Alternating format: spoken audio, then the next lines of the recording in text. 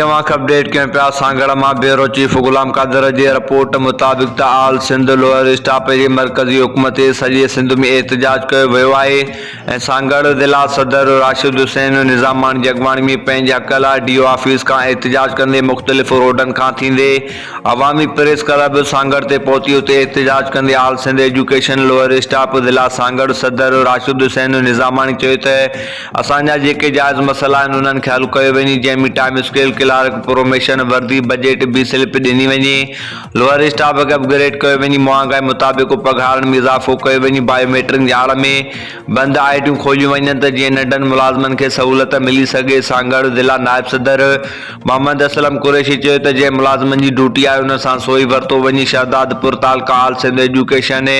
Lower staff सदर इकबाल कलोड़ो चयो त हिन टाइम महांगाई उरूज ते आहे। लोअर स्टाफ जे मुलाज़िमनि जूं पघारूं 25,000 आहिनि, उन्हनि मां घर हलाइण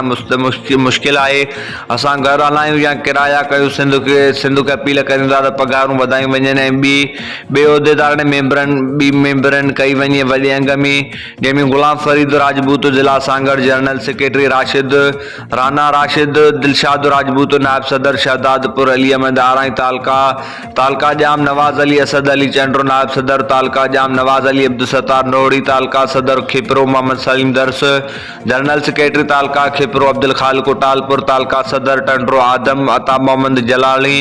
जलालानी तालका सदर संजूरो ऐं सैफुल्ला जतोई, गाज़ी खान जतोई उन्हनि मीडिया सां ॻाल्हाईंदे चयो त